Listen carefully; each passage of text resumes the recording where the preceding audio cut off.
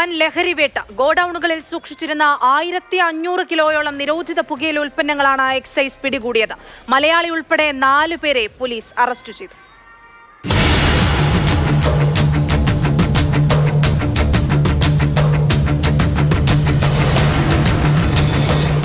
ഇതര സംസ്ഥാന തൊഴിലാളികളെ ഉപയോഗിച്ച് കച്ചവടം നടത്തിവരുന്ന പെരുമ്പാവൂർ പാറപ്പുറം സ്വദേശി സുബൈർ, അസം സ്വദേശികളായ റബുൽ ഹുസൈൻ, ഹലാൻ അഹമ്മദ്, മിറസുൽ അബ്ദുള്ള എന്നിവരാണ് പിടിയിലായത്.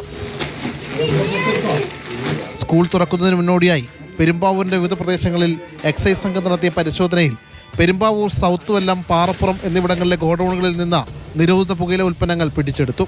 60 ചാക്കുകളിൽ സൂക്ഷിച്ച നിലയിലായിരുന്നു ലഹരി ഉൽപ്പന്നങ്ങൾ. വിപണിയിൽ ഏകദേശം 20 ലക്ഷത്തിലധികം രൂപ വില വരുന്ന ലഹരി പദാർത്ഥങ്ങൾ ബംഗളൂരുവിൽ നിന്നാണ് എത്തിച്ചത്. സംസ്ഥാനത്ത് നാളെ സ്കൂൾ തുറപ്പുമായിട്ട് ബന്ധപ്പെട്ട് എക്സൈസ് വകുപ്പിൻ്റെ കീഴിൽ ഇന്ന് കുന്നത്തനാട് എക്സൈസ് സർക്കിളിൻ്റെ നേതൃത്വത്തിൽ മാമല range, Perumbavoor range, excise squad എന്നിവർ സംയുക്തമായി രാവിലെ 8 മണിക്ക് മുതൽ സംയുക്ത പെട്രോളിംഗ് പെരുമ്പാവൂർ ടൗൺ കേന്ദ്രീകരിച്ചും സമീപ പ്രദേശങ്ങൾ കേന്ദ്രീകരിച്ചും സ്കൂൾ പരിസരങ്ങൾ കേന്ദ്രീകരിച്ചും നടത്തുകയുണ്ടായി. നമ്മൾ 1 മണിവരെ നടത്തിയ ആ പരിശോധനയിൽ 1500 കിലോ നിരോധിത പുകയില ഉൽപ്പന്നങ്ങളാണ് പിടികൂടിയിട്ടുള്ളത്. അതിന് ഏകദേശം 20 ലക്ഷത്തോളം രൂപ മതിപ്പ് വില ഉണ്ടാകുമെന്നാണ് എസ്റ്റിമേറ്റ് നമ്മൾ ഇതുവരെ എടുത്തിട്ടുള്ളത്.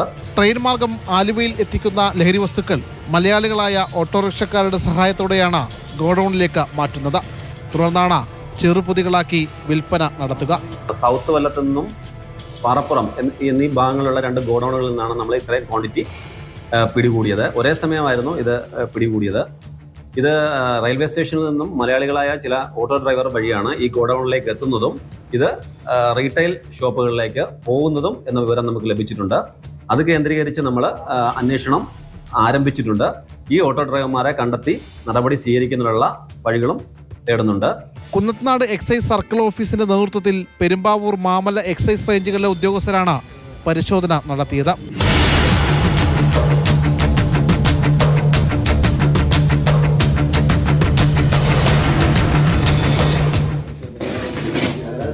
മാതൃഭൂമി ന്യൂസ്, കൊച്ചി.